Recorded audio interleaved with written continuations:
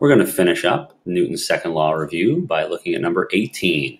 In this particular problem, the drawing on the left has two blocks that are connected via a rope that goes over some pulleys. One block has a weight of 412 newtons, while the other block has a weight of 908 newtons. Notice these are the weights, the forces of gravity, and not the masses. The rope and pulleys are considered massless and frictionless. So A, what is the acceleration of the lighter block? Because the heavier one is going to fall. Now B, we're going to suppose that the heavier block is removed, which is the drawing on the right side, and there's a downward force of 908 newtons. Just pretend that someone grabs the rope and pulls it down with that much force. And that's what we're seeing here in the second picture, and we want to find the acceleration of the block now. And I'm just going to tell you the answers to part A and part B are different. Even though it looks like they might be the same, they are different. And part C is asking, why is that? So let's take a look.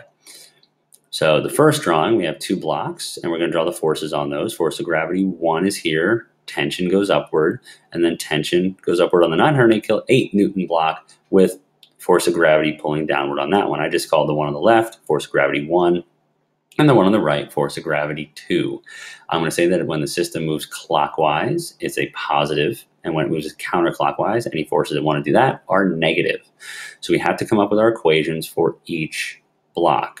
But first, it's good to know what the masses are. And all you have to do is take the weight, force of gravity, and divide by 9.8. And when I do that, I know the 412 Newton block has a mass of 42.04 kilograms, and the mass of the other block, the 908 Newton one, is 92.65 kilograms. So my equations. For block 1, tension goes in the clockwise direction, so that's positive, while force of gravity goes in the negative direction. So I have tension minus force of gravity equals that block's mass times its acceleration, which was m1 times a.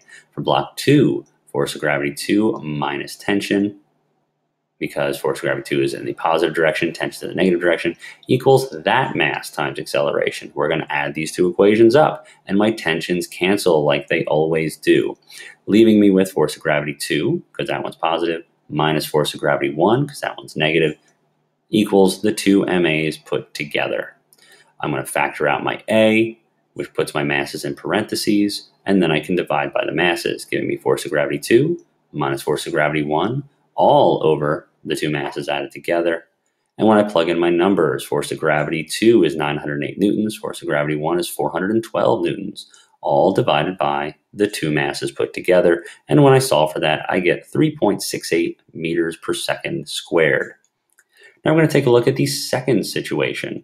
When we take a look at the second situation, if you're pulling with 908 newtons of force on the tension, that is the tension. So the T acting on the 412 Newton block is 908 newtons, because that's what you're pulling on it.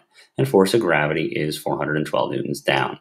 So my equation for the block is just T up minus force of gravity down equals MA. So I divide by my mass, and that's why I have T minus force of gravity divided by M equals A, and I get 908 newtons minus 412 newtons divided by 42.04 kilograms, and that's going to equal 11.8 meters per second squared, a very different answer. Well, what happened? Because now we're taking a look at part C.